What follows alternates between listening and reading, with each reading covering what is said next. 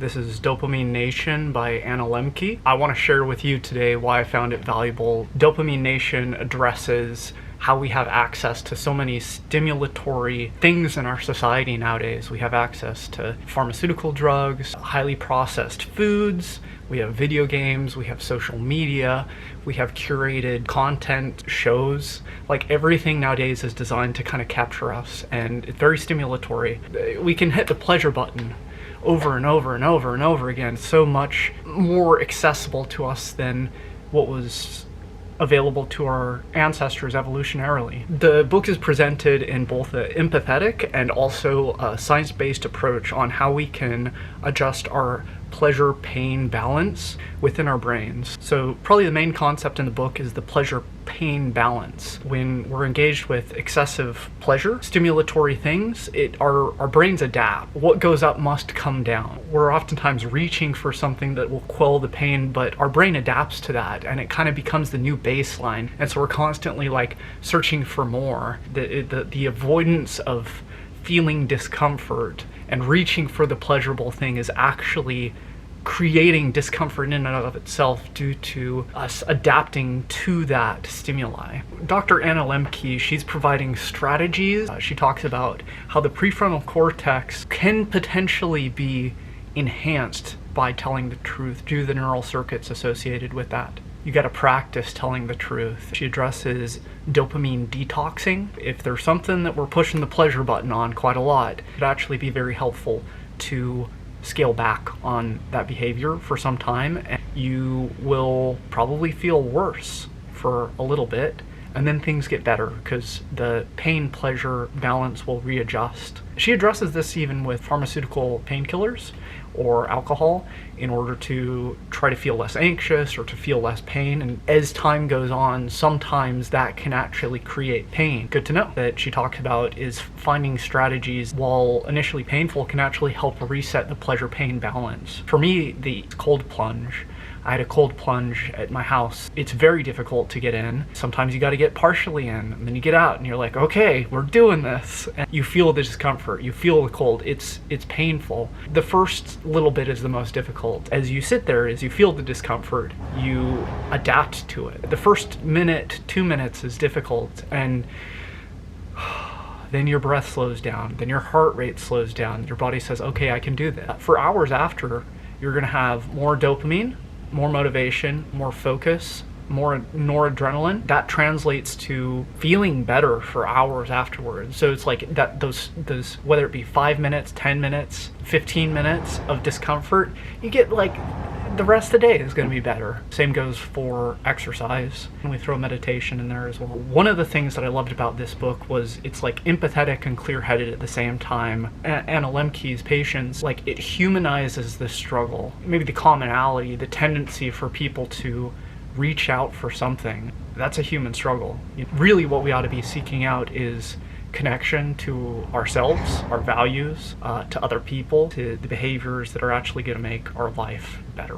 I've found it difficult to regulate some of my screen time, whether that be video games or social media or other online media that's very, very compelling. It's curated, or if you're looking for something specific, it's out there. While I was reading the book, I kind of ran an experiment where I said, okay, I'm going to try to lay off of some of these highly stimulatory stimuli for a few days. Instead, I'm going to focus more on exercise, meditate a little bit more. When I go to the gym, I'm going to pursue a physical exercise that brings discomfort, specifically looking for the discomfort of the activity and not the payoff. It's kind of changed my mentality a little bit to say, okay, I'm not going to look for the payoff of the thing. I'm going to embrace the discomfort. It feels like I'm a little more clear-headed. It feels like I'm a little happier. It's not the crazy euphoria, but it's more of like kind of a higher baseline of feeling a little bit more content. I'm currently practicing meditating more frequently and for a greater duration in order to kind of like sit with myself and thought. I actually came to an analogy of cold plunge and meditation. You know, you get into the cold, you feel like this great sensation of physical discomfort. Sometimes I've felt the same way when you first sit down on the meditation cushion, all of the things that you're kind of avoiding immediately kind of come to the forefront of your mind for a moment. You have to feel that. And it's difficult. As you are engaged in the process of being present, of feeling those things, it gets easier, just like the cold plunge. And I think that recognition for myself has created more of an understanding of that game. Saying, okay, do you know what, I'm gonna experience this thing. Part of that experience isn't just for the end result of being more enlightened or focused or healthy, but it's actually to experience the discomfort of that. So my biggest takeaway from the book, that in several ways, embracing discomfort and maybe even seeking out discomfort of the things that we have a tendency of wanting to avoid can lead us to have a better life, a more adjusted brain, a more meaningful, connected life with other people. When it comes to some of this discomfort, some of the pain, being able to embrace it, practicing being able to embrace a little bit more of it is going to pay off. We can embrace the difficulty and maybe some of our own struggles, some of our own shame or guilt, and being able to do that with ourselves is going to be valuable, and it's also going to lead to a greater propensity of us being able to do that with other people, which I think is beautiful. There's a very human tendency to want to seek out the good life, to want to seek out the pleasurable circumstances, and there's a tendency to feel pain, to feel sadness, to want to fill the void with something. That's natural. Being able to acknowledge that, to like kind of give it a hug, I think is, first, it's difficult. Man, it's difficult.